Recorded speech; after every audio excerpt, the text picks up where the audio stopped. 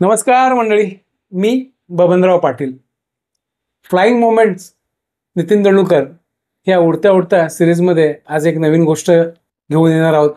मंडळी, गेल्या वेळी नितीन दादाने जो काही शब्दांचा गोंधळ होता आणि मी देखील एक वाक्य बोललो होतो की काय बोलावं त्याच्यापेक्षा काय बोलू नये हे ज्याला कळतं ते सुखी.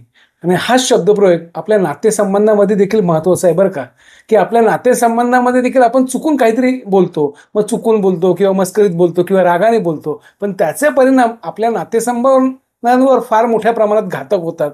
तर तसं काही होऊ नये. आज बाबा नितीन दादा काय सांगणार आहे ती मला देखील तुमच्याप्रमाणे उत्सुकता लागली आहे. जास्त नमुनाला भडाभड तेल करत नाही. दादा, ball is a your court. नमस्कार. उडता उडतासाठी सर्वांचं स्वागत. तर नातं हा जो बोलला आता बबन, ते खरंच नातं आपण माणूस पण जन्माला आलो की आपण अनेक नाती जोडतो. बरोबर. पहिलं नातं अर्थातच आई वडिलांचं असतं, आणि मग आपली भावंड असतात, पती पत्नी, मुलं. हो दादा, का पती पत्नी काय, पण त्याच्या अगोदर प्रेयसी पण असते ना. प्रेयसी. अरे ते तर पहिलं. आता बायको समोर बसले जवळ आले. तुमच्याही प्रेयसी होत्या? काय काय तुमच्याही प्रेयसी होत्या? अर्थातच. आता म्हणजे ऍक्च्युली प्रेयसी माया मागे लागण्याच्या ऐवजी ते उलट व्हायचं, ही गोष्ट मिळाली. पण जाऊ दे, आपण न बोलले तर बरं. तर मग मुलं असतात, नातवंड असतात, आजी आजोबा, पंटू वगैरे. पण ह्या व्यतिरिक्त रक्ताच्या नात्याच्या पलीकडे अजून एक नातं असतं, आणि ते दुर्मिळच असतं. ते म्हणजे दोस्ती. मैत्री. दोस्त सारखं नातं दुसरं कोणाचं नसेल, आणि ज्याला चांगला दोस्त मिळतो तसं भाग्य कोणाचं नसतं. बरोबर आहे. पण या दोस्ती नात्याबद्दल मी आता आज बोलत नाहीये, तर दोस्ती फिल्म बद्दल बोलतोय. ती 1964 साली आली होती, आणि त्याने उत्पन्नाचे अनेक रेकॉर्ड्स मोडलेले होते, आणि त्याला 6 फिल्मफेअर अवॉर्ड्स मिळालेली होती, आणि इंटरनॅशनल फेस्टिवल मध्ये सुद्धा त्याचा समावेश केला गेला होता. त्या फिल्म बद्दल अच्छा मी बोलतोय. पण मी म्हणतो आपण उडता उडता हे तुम्ही मध्येच काय आज फिल्म मध्ये घुसले? का टाकली? तीच तर स्टोरी आहे. अच्छा, म्हणजे तुला बरोबर प्रश्न पडला की फिल्मचा आणि विमान प्रवासाचा काय संबंध तर आहे, आणि त्याचीच तर गोष्ट आहे. यावेळेस मी दिल्लीहून मुंबईला येत होतो रात्रीचा, आणि प्रवासी म्हणून येत होतो. अच्छा. आता आमच्या शेड्युलिंग मध्ये ना प्रवासी म्हणून सुद्धा एक पॅटर्न असतो. अच्छा. त्यावेळी मी प्रवासी म्हणून येत होतो, आणि सगळे आमचीच लोक होते ना, क्रू, ऑपरेटिंग वगैरे. आता क्रूचं शेड्युलिंग कसं असतं की आता ऑफिसमध्ये 30 माणसं आपल्याला परत भेटतात, पण क्रूचं शेड्युलिंग असं असतं की ती माणसं परत आपल्याला भेटतील असं सांगता येत नाही. तर उदाहरणार्थ तू आणि मी समजा एक फ्लाईट केली आता, त्याच्यानंतर दुसरे पुढचे 5 वर्ष आपण भेटणार सुद्धा नाही. अरे बापरे. काय केलं तर जन्मभर भेटत नाहीत एकमेकांना. तर अशा पद्धतीचं एक ते वेगळंच नातं असतं. तर सर्व्हिस झाल्यानंतर माझा एक तिथे मित्र होता, तो ऑपरेटिंग होता. सर्व्हिस झाल्यानंतर मी त्याला जाऊन भेटलो, आणि मग आम्ही त्या क्रू रेसवर गप्पा मारत बसलो. गॅली समोर होती. गॅली म्हणजे जिथे सगळं सर्व्हिसचं सामान अगदी कॉम्पॅक्ट मध्ये ठेवलेलं असतं. कारण काय असतं, विमानामध्ये अर्धा इंच सुद्धा जागा असते ना, भयंकर एक्सपेन्सिव्ह असतं. अच्छा. तर ते इतक्या कॉम्पॅक्ट आणि यांनी पद्धतीने ठेवलेलं असतं, त्याला गॅली म्हणतात. त्या गॅलीमध्ये एक 50च्या पलीकडे झुकलेला असा एक माणूस, चीफ पर्सन होता, तो फ्लाईट पर्सन. आणि तो माणूस, ती व्यक्ती आपलं पेपर वर्क करत होती. तर कामाबद्दल आपण नंतर एक एपिसोड करू. तर असं बुटकासा होता, बुटकेसे असे ते होते, अंगाने स्थूल होते, केस विरळ झालेले, तुरळक केस असे, आणि चष्मा लावलेला, नाक जरा असं पॉइंटेड असं होतं, आणि ते आपलं काम करत होते. माझ्या मित्राने मला विचारलं, ह्यांना ओळखलंच का? तर मी त्यांच्याबरोबर काय फ्लाईट केलेलं नव्हतं आतापर्यंत. आणि अदरवाईज पण मी त्यांना ओळखलं नाही. म्हटलं नाही ओळखलं. त्यामुळे दोस्ती फिल्म बघितलीस का?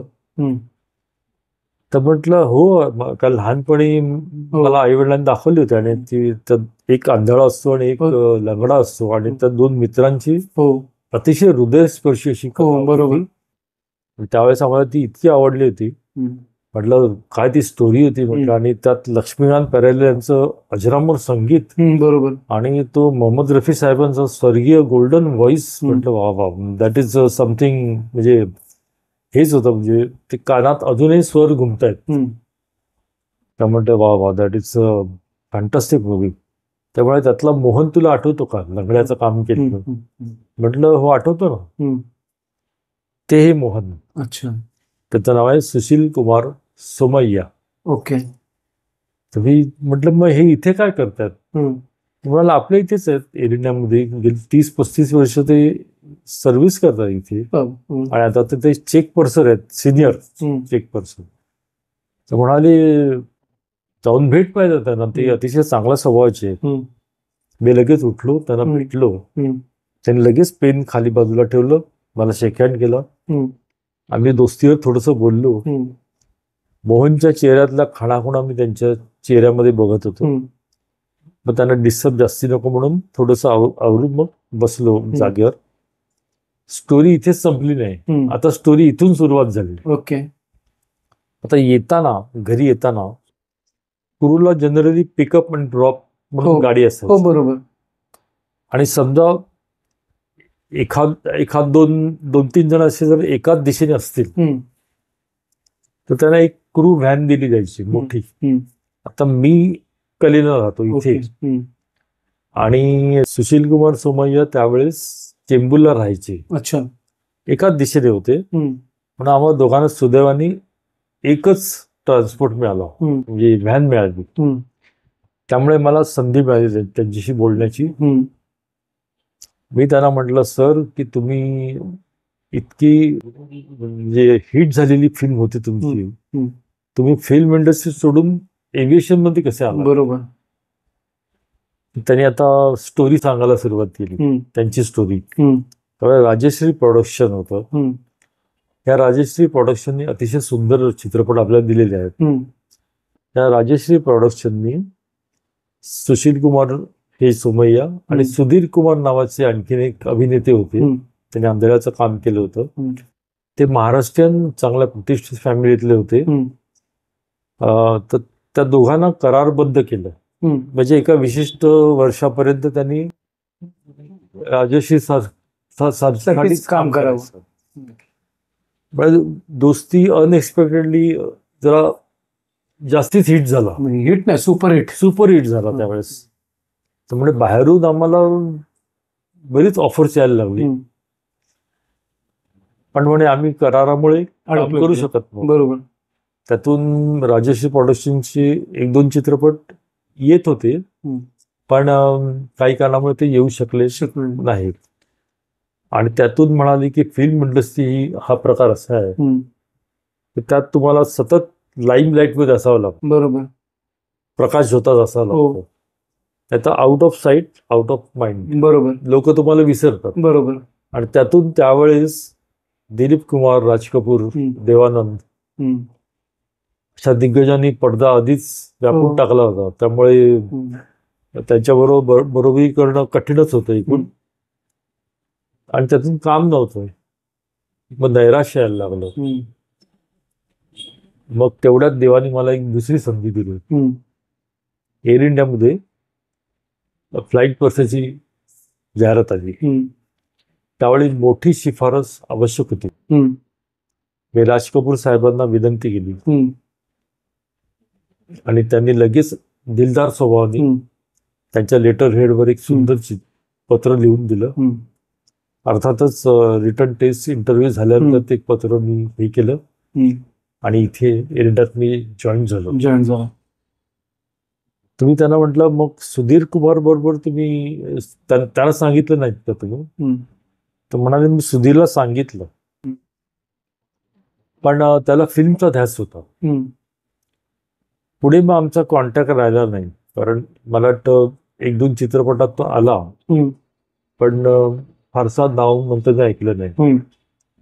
काय असतं की आता लोक OTT-वर फिल्म हो, बघतात, हो, हो. स्मार्टफोन. स्मार्टफोन बरोबर. तुला आठवत असेल तर बघ, आपण थिएटरमध्ये बघायचो पिक्चर. थंडगार काळोख असायचा, तो रुपेरी पडदा आणि आपण मस्त रिलॅक्स होऊन पिक्चर बघायचो. पण त्या पडद्याच्या मागे एक मोठा भयान काळोख असतो आणि त्यात असे अतिशय गुणवंत टॅलेंटेड कलाकार असतात. असे ते आपला रस्ता हरवतात आणि त्याची ट्रॅजेडी पण होऊ शकते. बरोबर. तर मी सुशील कुमारना विचारलं की तुम्हाला ते जे ग्लॅमर त्यावेळी मिळालं, तो झगमगाट होता, ते वलय मिळालं, त्याचा त्रास तुम्हाला होत नाही का? तर ते म्हणाले की नाही, सुरुवातीला मला त्रास झाला, पण मी वास्तव स्वीकारलं. अतिशय महत्वाची गोष्ट, वास्तव स्वीकारलं. कारण मनी मॅटर्स फायनली. बरोबर. पैसा सर्वात महत्वाचा ना बरोबर आयुष्यात. मी इमाने इतबारे नोकरी केली, 35 वर्षे केली. मी विचारांच्या काळोखामध्ये हरवून गेलो आणि ते बघून त्यांना माझा भाव कळला. ते अलगद माझ्याकडे झुकले आणि मला म्हणाले की नितीन, तुला वाटत असेल की मी अतिशय पश्चाताप दग्ध आहे. म्हणे नाही, I am very very happy in my life. मी तुला खरंच सांगतो Nitin, I am so grateful to this job. ह्या जॉबने मला काय दिलं नाही. पैसा दिला, जगप्रवास घडवला, मी घर बांधू शकलो, चांगला संसार केला. पुढच्या वर्षी तर मी माझ्या लाडक्या मुलीचं थाटामाटात लग्न करतोय. I am so grateful to this job, so grateful to God. मला एक खूप भावलं.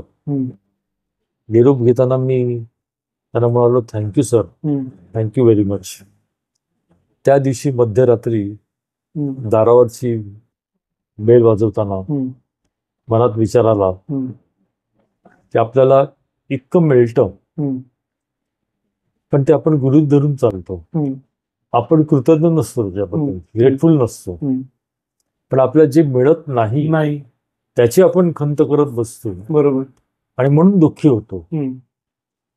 So you need to be very grateful to what you got. Gratitude is an attitude. आणि आता ही फिल्म स्टोरी आहे म्हणून मला फिल्म मधलंच एका गाण्याच्या ओळी आठवत आहेत. साहिल लुधियानवी या श्रेष्ठ गीतकारांनी बरोबर या ओळी हम दोनों फिल्म साठी लिहिलेल्या आहेत. जो मिल गया उसी को मुकद्दर समझ लिया, जो मिल गया उसी को मुकद्दर समझ लिया, जो खो गया उसको भुलाता चला गया, हर फिक्र को धुएं में उड़ाता चला गया. सिगरेट नाही ओढायची, पण फिक्र को धुएं में उड़ाता चला गया, मैं जिंदगी का साथ निभाता चला गया. क्या बात है, काय सुंदर तत्वज्ञान आहे, किती सुंदर ओळी आहे. तर रसिकांनो, तुमच्या सुद्धा अशा ग्रेटफुल पॉझिटिव्ह आयुष्यासाठी माझ्या तुम्हाला असंख्य हार्दिक शुभेच्छा. पुन्हा आपण भेटणारच आहोत अशाच काही सुंदर एपिसोडसाठी. तोपर्यंत बॉर्न वॉइज. मंडळी, माझं स्वतःचं एक वाक्य आहे की जर आपल्याला सुखी व्हायचं असेल ना, आपण वर न बघता जर आपण खाली बघितलं तर आपण खूप सुखी आहोत. दादांनी अप्रतिम गोष्ट सांगितली. तर नक्कीच पुढच्या आठवड्यामध्ये आम्ही दोघं एक नव्या गोष्टी घेऊन येऊ. तूर्तता आम्हाला दोघांना आनंद द्या. धन्यवाद.